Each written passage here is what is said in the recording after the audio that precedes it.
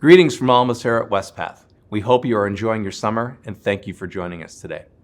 My name is Joe Halwax, Managing Director of Wespath's Institutional Investment Services team. I'm here at Wespath's offices in Glenview, Illinois, bringing you our second quarter 2023 Wespath update. The second quarter was an economic mixed bag. We saw cooling inflation, yet persistently strong labor markets. Equity markets were up almost 9% on the quarter, even as the yield curve became more inverted, suggesting a recession is still a possibility. Residential housing prices remain elevated, but serious questions remain regarding commercial property, particularly in large urban areas. Like I said, it's a mixed bag.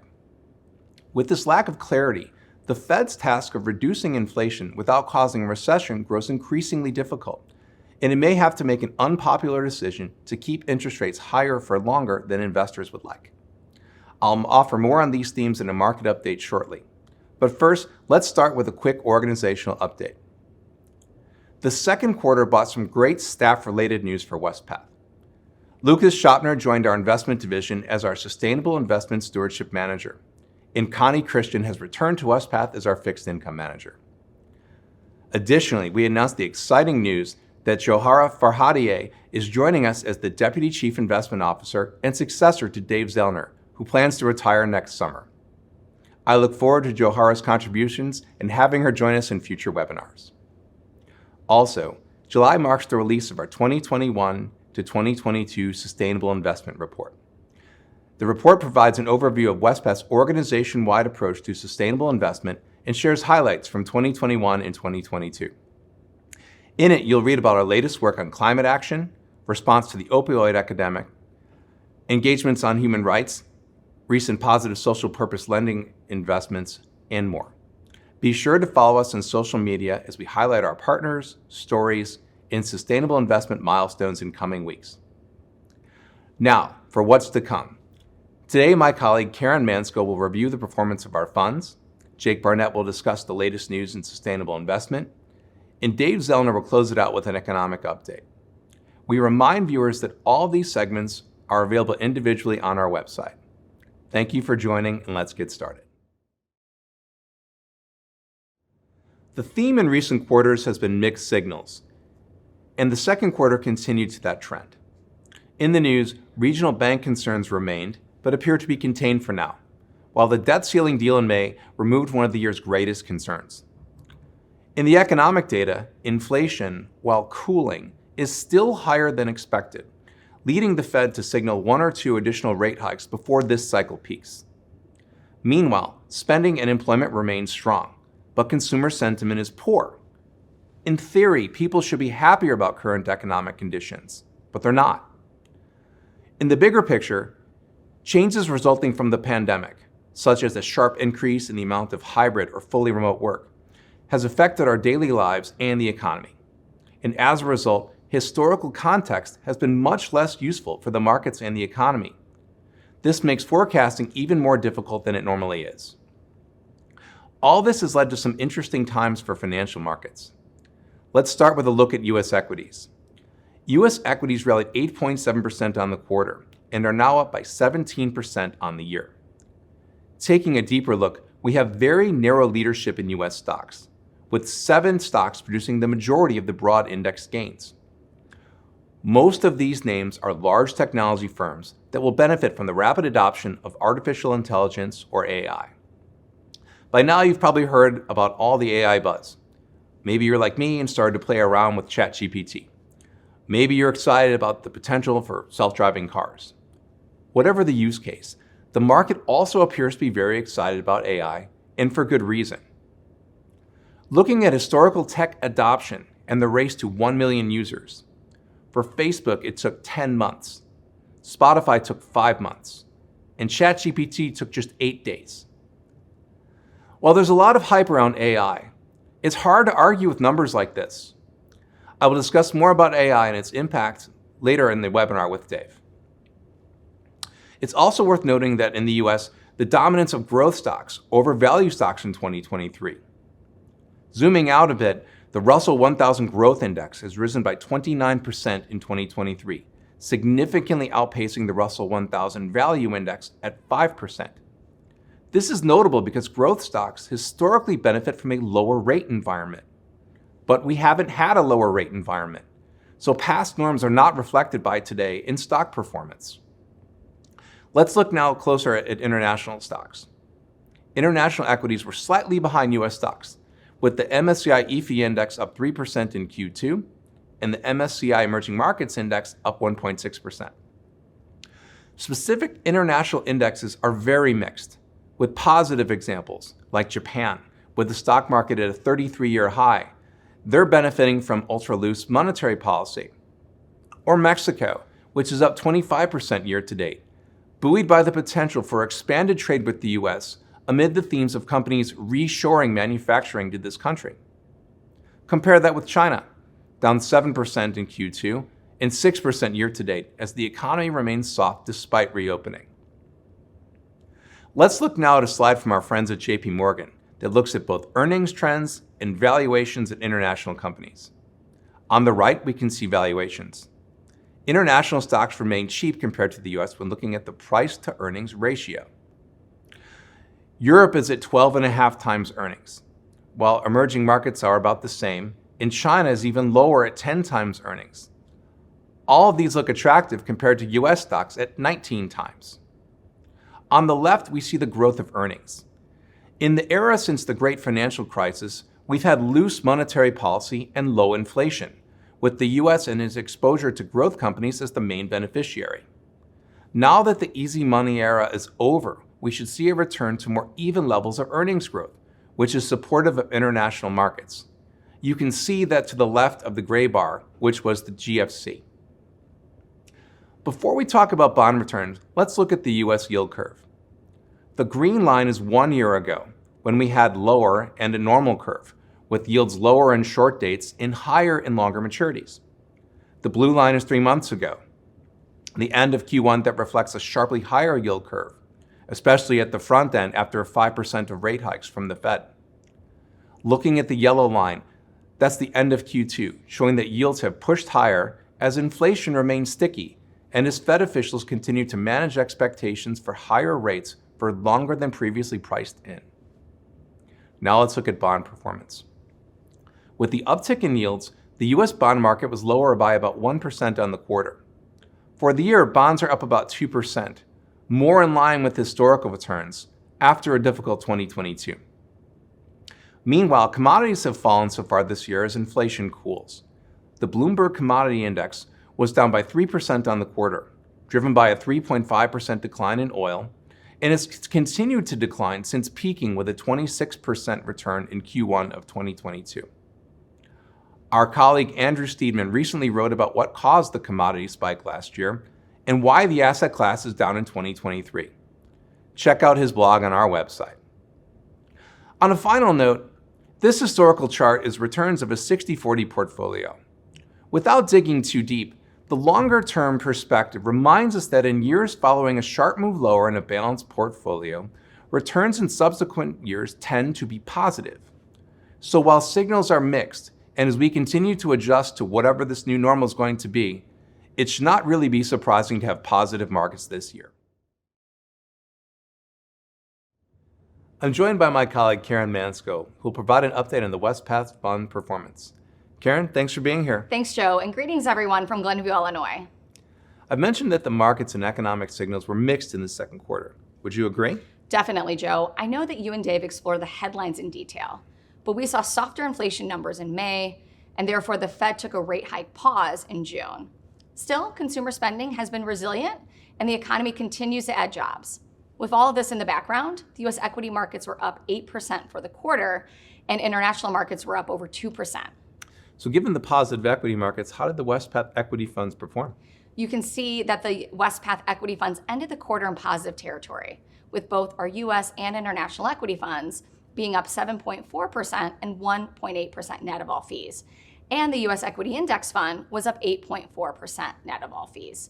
The positive absolute performance reflects the strong overall U.S. equity market that I just mentioned. However, on a relative basis, the funds did underperform their respective benchmarks by a little more than 62 basis points and 100 basis points respectively. I'll review the specific contributors and detractors to the quarterly fund performance here in a moment. Okay, so positive absolute performance in equities, but it looks like the fixed income assets were down in the quarter, which I assume is where your mixed comments come in. Exactly. The stock market showed much more optimism than the bond market this quarter. What primarily impacted the bond market is that we saw the yield curve shift higher the last few months. As our viewers are aware, when yields go up, the price of your bonds go down. Therefore, the uptick in the yield curve we saw, the US bond market was down by about 1%. On a positive side, despite the overall bond market being down in the quarter, you can see on the chart that our fixed income fund ended the quarter up 2 basis points.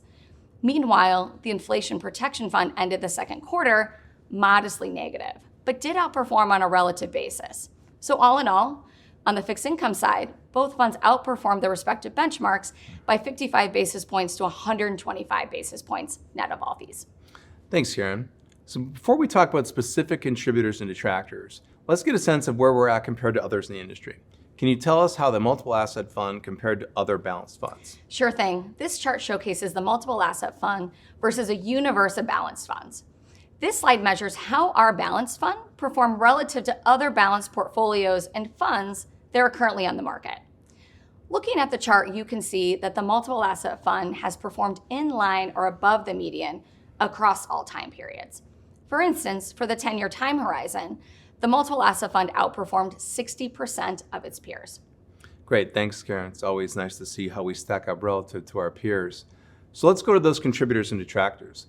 Can you break down what helped and hurt the funds in the second quarter? On a gross of fees basis, the multiple asset fund underperformed by 12 basis points in the second quarter. A contributor to the gross of fees relative performance was the outperformance of the fixed income and inflation protection funds. On the other hand, the equity funds detracted from relative performance due to the underperformance I mentioned earlier. Thanks, Karen. So we had sluggish absolute performance from the fixed income funds, but those outperformed on a relative basis, and the US equity funds were up, but they underperformed their benchmarks. Can you dig into that a little more? Sounds good, Joe. Starting with the US equity fund. This fund underperformed its benchmark by 89 basis points for the quarter. Starting with a review regarding what contributed to the performance. First, strong stock selection by our active managers in technology, healthcare, and industrials contributed to performance. Our investment managers' investments in companies like Supermicro, which is an IT solutions provider that designs and builds an environmentally friendly and energy-saving portfolio of servers and storage systems, this stock was up 134% in the second quarter. Another example of a company that did well is Intuitive Surgical. This stock returned 34% and is a company that creates robotic-assisted surgical systems. Lastly, excluding tobacco and defense companies was a contributor for the quarter. In my market update, I discussed the impact of the Super 7, or the large technology companies that accounted for most of the gains in the U.S. equity markets this year. How much is the U.S. equity fund invested in these names, and what impact did it have on fund performance? Really interesting timing with that question, Joe, as I was just getting ready to review the other side of the slide, which are the detractors. Yes, 7 stocks have accounted for 65% of the total market return. These names are Apple, Microsoft, Alphabet, Amazon, NVIDIA, Tesla, and Meta. Names that we continue to hear over and over. We are invested in these names, but the weighting that our fund has to these stocks is less than the benchmark.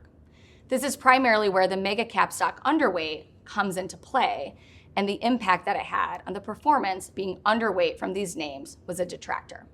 Some of these 7 stocks returned 190% and 138%. I know some watching may be asking themselves, why did these names do so well for the quarter? Well, they did well for varying reasons, including customer satisfaction, and the case for Apple and Tesla, or an expansion into AI technology. It is worth noting that the large cap stocks outside of these mega cap names actually underperformed our fund's benchmark, the Russell 3000. So if we take the large cap stocks and remove those mega caps I just mentioned, the fund's large cap underweight was a contributor to performance. AI is definitely a prominent economic factor at the moment.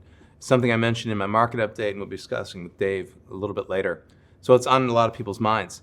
Are there any other comments on the U.S. equity fund before we move on? I do have a few final comments. The fund's modest allocation to private equity and private real estate also detracted due to the strong U.S. public market and these strategies not being able to keep pace due to their lag.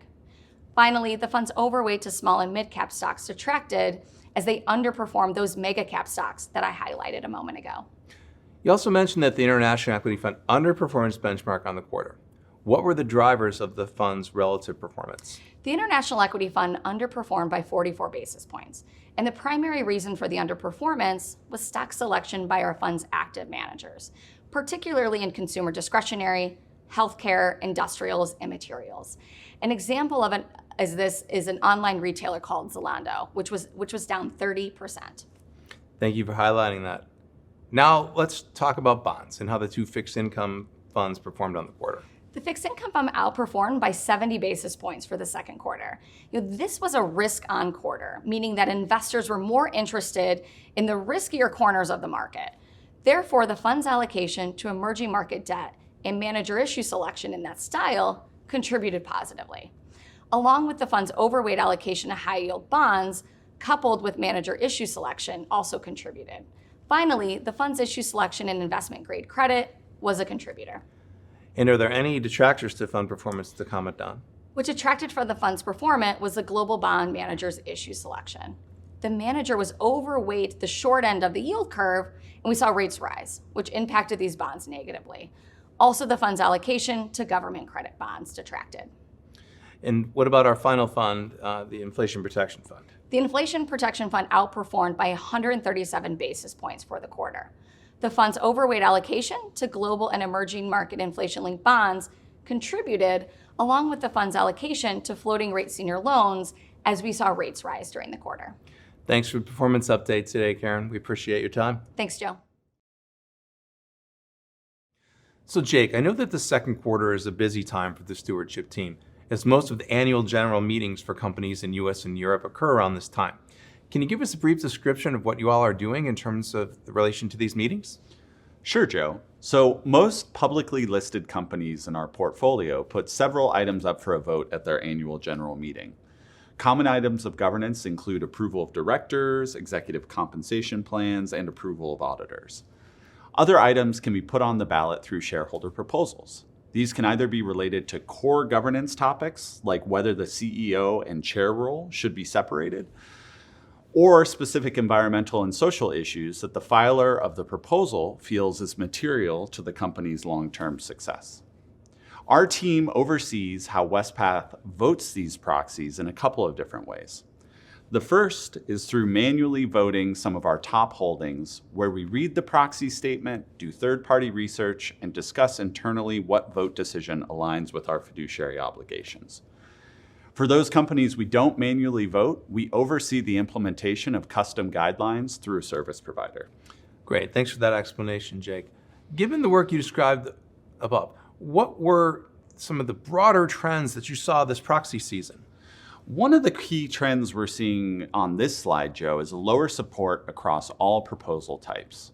For the last several years prior to 2022, we were seeing an increasing trend of support for shareholder proposals.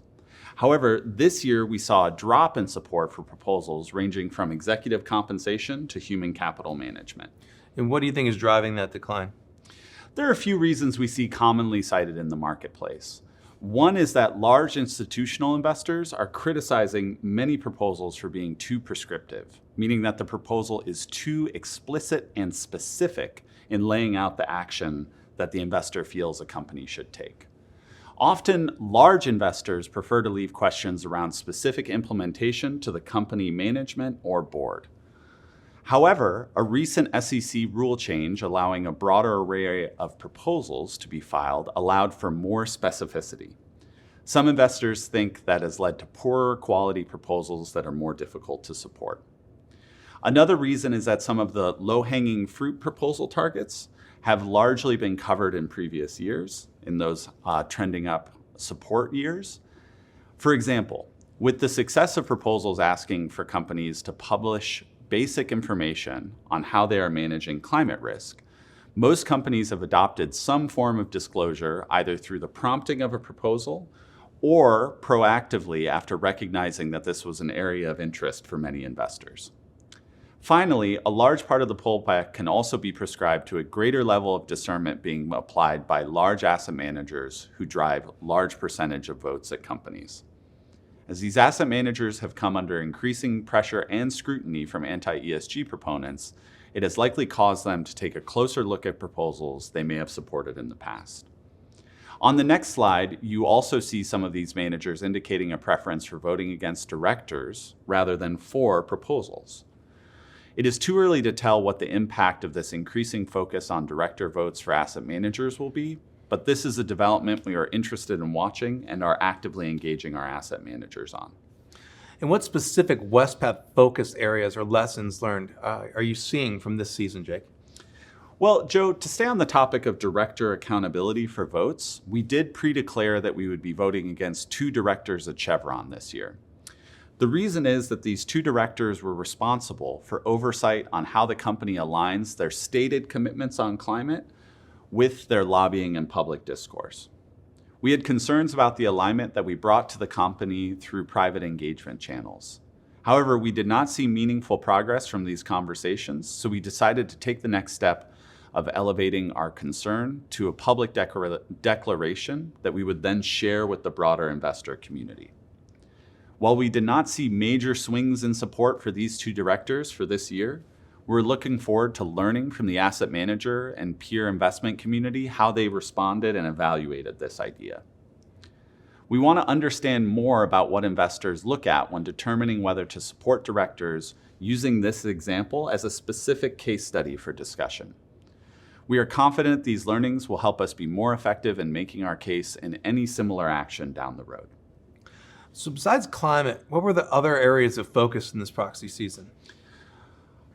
Many viewers have likely heard about our work on opioid accountability.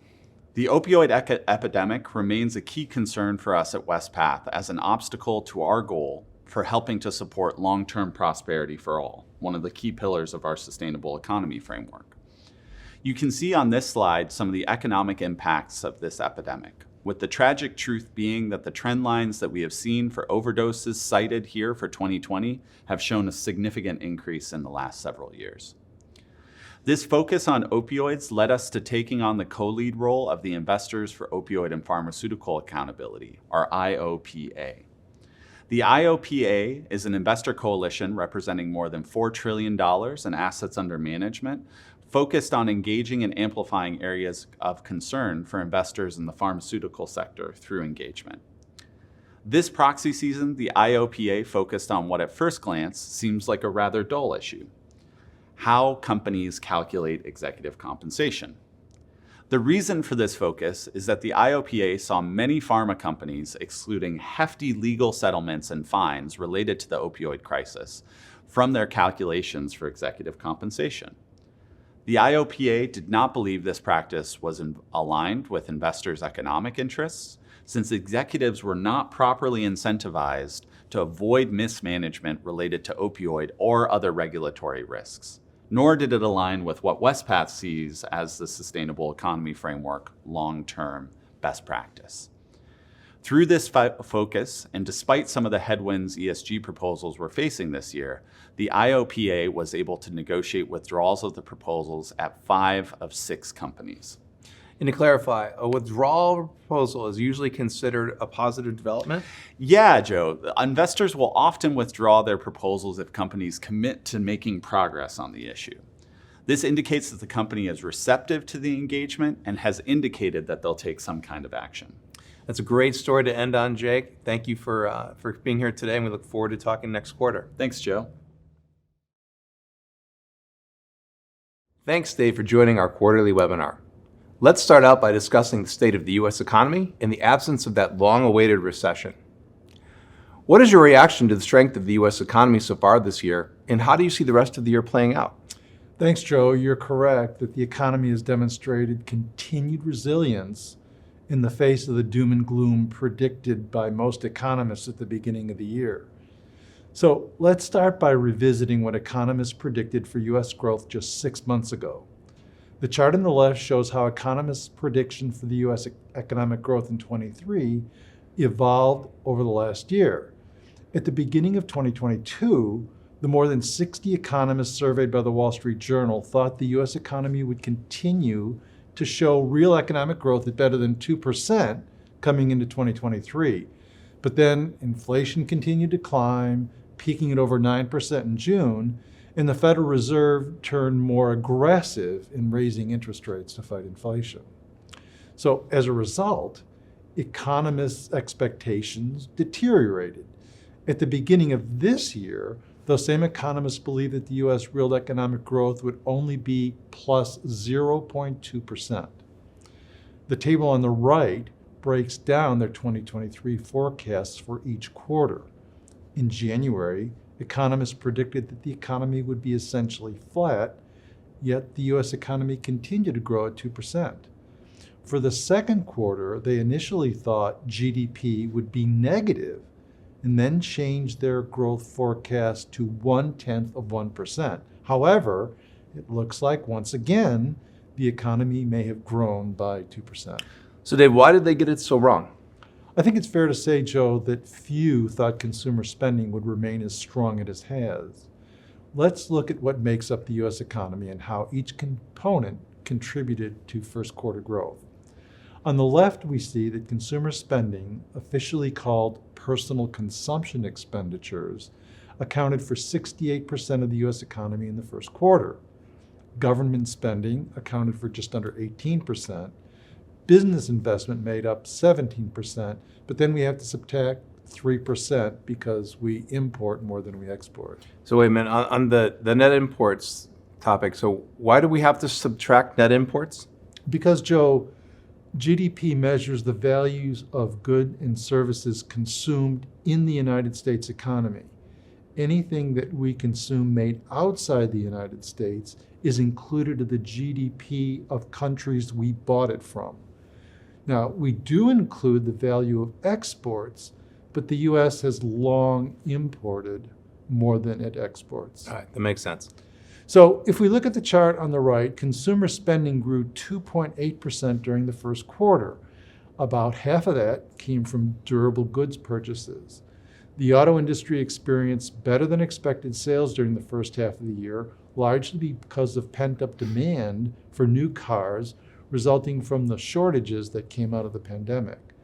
Consumers also spent more than expected on furniture and recreational goods, such as boats and all-terrain vehicles.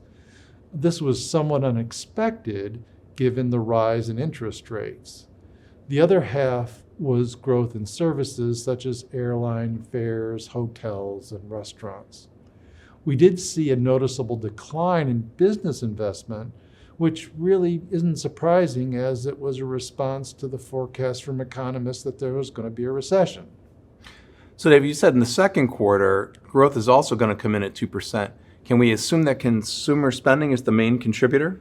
From the forecasts I've seen show, consumer spending was not as strong in the second quarter as it was in the first, but there appears to be positive growth in business investment, again in response to stronger than expected consumer spending, as well as a buildup in inventories. So Dave, what about the rest of the year? Are we finally going to see that recession? It's hard to say, Joe.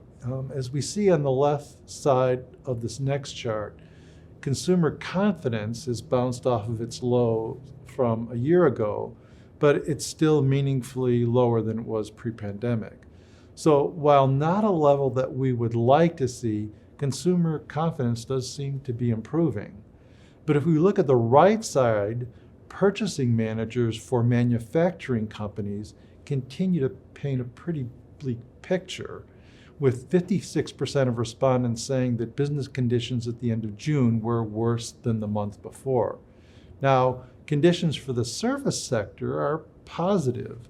So, as you said at the beginning of your earlier remarks, Joe, it's a mixed bag. But ultimately, we must pay close attention to Chair Powell and the Federal Reserve. They've been quite emphatic in their position that inflation remains too high relative to the 2% target. True, headline CPI has come down from over 9% to 3% at the end of June.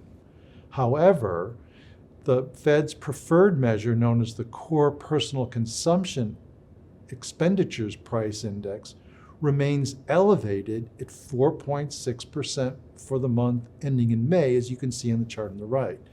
And as you stated earlier, Joe, 2 more rate hikes this year are certainly a possibility. Hence, I believe that we are in the cusp of an economic slowdown. I can't say that a severe recession is inevitable, but there are several signs pointing to a decline in consumer spending. We've seen consumer savings rates increase, and we've also seen high consumer credit default rates. In addition, the student loan holiday will be ending in September, and that will certainly put a dent into spending. So what does that mean for the markets, Dave? Has the market gotten ahead of its skis in the first half of the year? I would not go that far, Joe. Everything I've said up to this point is widely known, and I believe reflected in current market prices. Let's not forget, the market began anticipating a recession in 2022. And despite the performance in the market so far this year, we still have not made up for the losses in 2022. So let's first look at this next chart. It displays some of the same data you showed earlier. The S&P 500 was up nearly 17% in the first half of the year, though heavily skewed by the artificial intelligence technology stocks that you mentioned earlier. Some of us have referred to this group of stocks as the Super 7. Collectively, they gained nearly 61%, meaning that the rest of the US stock market only gained about 6%. Developed country stocks performed quite well, up nearly 12%, while emerging market stocks gained about 5%. But now look what happens when we look at the next chart, when we combine returns in the first half of the year with 2022 returns. All markets remain underwater compared to how they ended 2021. That's a really interesting point, Dave. But what about corporate profits? Aren't they still in the proverbial tank? That's a good point, Joe. Yes, the outlook for near-term corporate profits is rather anemic. Profits declined in the fourth quarter of 2022 and just barely achieved growth in the first quarter of this year. And the outlook for the second quarter is for a profit decline of about 6%. Expectations for the third quarter aren't all that rosy either. But again, the markets know all this. Stock prices very likely reflect a poor corporate profit outlook and the potential for a near-term recession. Future gains or losses in stocks will depend on how severe and how long the market ultimately expects the recession will last. So back to your original question, Joe. No, I don't believe the market has gotten ahead of its skis. So let's pause here and talk about what's driven prices for the Super 7 that you mentioned. You've been a big fan of ChatGPT. I've also integrated it into my arsenal of professional tools, use it as a brainstorming tool as well. Research shows that artificial intelligence, or AI, right now is a $100 billion industry that could grow to $2 trillion plus by 2030. Is AI the phenomenon that we're hearing about, or a passing fad, or a game changer? I definitely think it's a game changer, Joe. And I think so in a big way. Just like the internet was 25 years ago. I think all of us that were using the internet thought it would be life-changing, but we just couldn't quite imagine exactly how.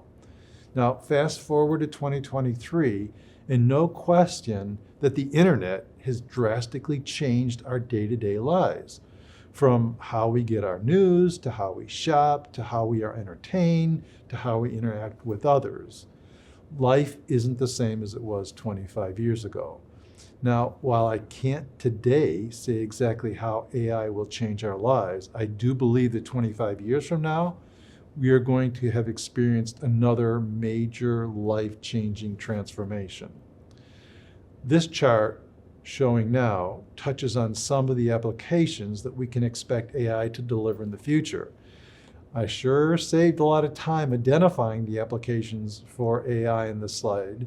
I simply asked ChatGPT to identify practical AI applications in what appears is the response I received from the chatbot. Now, we prepared the slide, but I can imagine a few years from now, I could just say, create a PowerPoint slide with 10 AI applications, and I would have had the same slide pop up. So I agree, Dave. And AI is in its infancy in many ways. It's certainly going to be interesting to see how this technology continues to develop and integrate into our lives. So finally, what do you see in international markets? As we both discussed, the developed markets turned in some decent performance in the first quarter.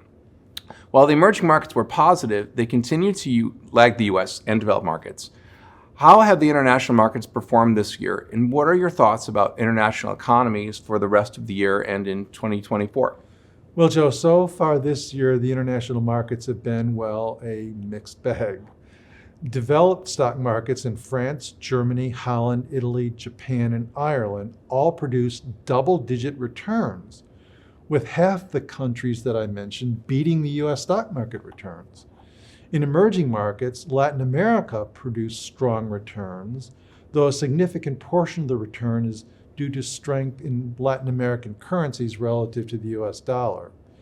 Latin American central banks have aggressively pushed up rates to fight inflation, which has positively influenced currency flows to those countries. However, China continues to disappoint. Expectations were high going into 2023 due to a lifting of the COVID restrictions. Last week, Bloomberg reported that China is facing a continuation of its problems: sluggish consumer spending, a crisis-ridden property market, declining exports, record youth unemployment, and elevated levels of local government debt. So let's pause a second here, Dave, because China is a topic that we frequently discuss with clients. The Chinese market, and to an extent its economy, have been in the doldrums for the past several years. And as you said, the economy is facing several economic headwinds. Add to that concerns about human rights violations in China and an invasion potentially of Taiwan. How confident are you that China remains a viable source of investment returns in the future? So those are all good points, Joe. Chinese stocks have not produced anywhere near satisfactory results over the past several years. We do maintain frequent contact with our asset managers that invest in Chinese stocks, and they collectively maintain high conviction regarding the specific companies that they hold in their portfolios. Now, I should mention that Chinese stock valuations on both a price earnings and a dividend yield basis are really quite attractive. So, Joe, I'm still not ready to throw in the towel yet on China. Okay, Dave, understood. So what is the outlook for the remainder of the year? So Europe and especially the UK continue to struggle with inflation, and their central banks remain steadfast in aggressively administering monetary policies to bring inflation down. Hence, the situation in Europe is like the US, with many waiting for what they believe is that inevitable recession. So let's take a look at the purchasing manager surveys for Europe and the emerging countries. As you can see, current conditions in Europe are like the US, and the worst they've been over the past year and a half. Conditions are a bit better among emerging countries, with India being a strong standout. As we see on this next chart, and once again, like the US, services seem to be in a fairly decent shape, except for possibly France, which has been affected by domestic unrest over the past week or so. So to summarize, the rest of the world seems to be in a state like the US, waiting nervously to see how deep and how long the inevitable recession is going to last. Great, thanks, Dave. It's certainly going to be interesting to see how the US and the world economies evolve over the next several months. Thanks, Joe. And once again, I've enjoyed sharing my thoughts with our viewers. Thank you for joining us today. If you have any questions, please email us at investmentinfo@wespath.org. We'll see you again next quarter.